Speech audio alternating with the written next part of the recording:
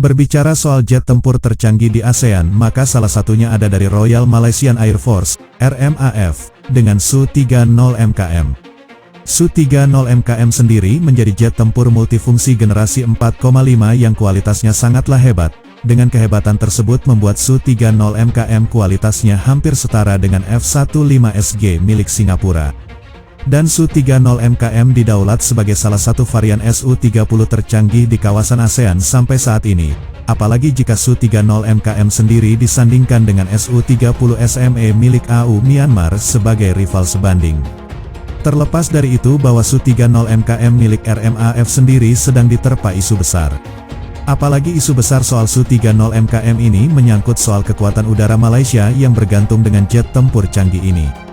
Sebelumnya dijelaskan jika Su-30 MKM memiliki masalah soal perawatan karena imbas konflik antara Rusia dan Ukraina, dikatakan bahwa Su-30 MKM RMAF sedang menghadapi masalah perawatan yang rendah karena konflik antara Rusia dan Ukraina saat ini, tulis Defense Security Asia pada tanggal 18 Agustus tahun 2022.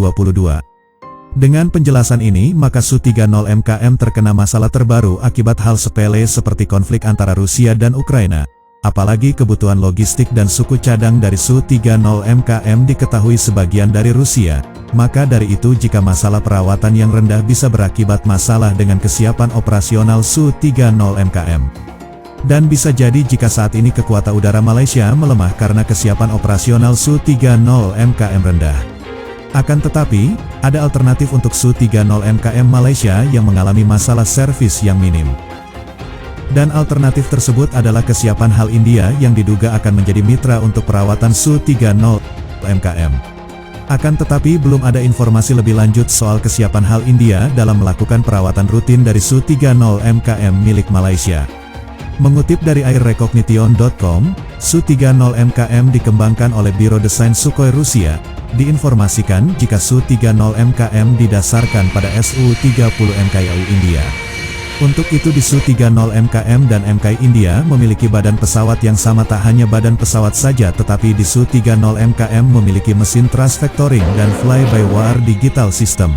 Namun versi Su-30 MKM berbeda dari MKI terutama dalam komposisi avionik onboard. Untuk itu Su-30 MKM milik AU Malaysia masih kalah jika dibandingkan dengan Su-30 MKI India.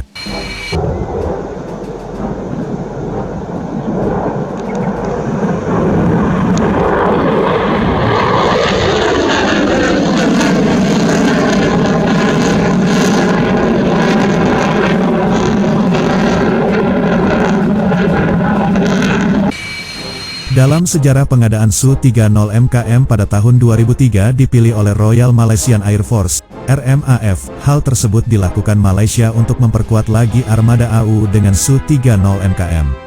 Alhasil di tahun 2003, Malaysia menandatangani kontrak senilai 900 juta dolar Amerika Serikat dengan Irkut Corporation untuk 18 unit Su-30 MKM.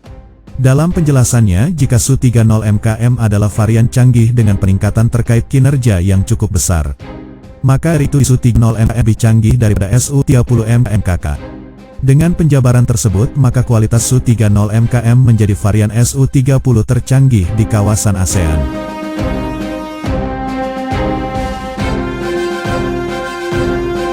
Akhirnya dua unit Su-30 MKM pertama diserahkan kepada RMAF pada Mei tahun 2007 di fasilitas manufaktur pesawat Irkut di Irkutsk, Rusia.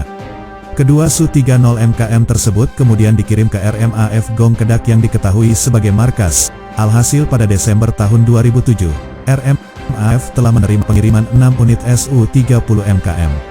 Alhasil pesawat ke-18 dan terakhir Su-30 MKM tiba di RMAF Gong Kedak pada Agustus tahun 2009. Dari penjelasan tersebut, maka waktu yang dibutuhkan untuk 18 unit Su-30 MKM dari awal sampai akhir hanya 6 tahun. Selain itu, Thales sebagai developer juga memasok tampilan head-up (HUD) di Su-30 MKM. Sedangkan sistem IR navigasi ke depan NAVFLIR ada di Su-30 MKM sebagai andalannya, lalu pot penargetan Damocles menjadi andalan Su-30 MKM untuk serang darat dan permukaan. Untuk itu Su-30 MKM mampu membawa sensor peringatan pendekatan rudal (MAWS) dan sensor peringatan laser (LWS) yang diproduksi oleh Avtronix ada di Su-30 MKM. Dari muatan yang banyak tersebut, maka tak heran jika Su-30 MKM cukup berkualitas dalam berbagai misi.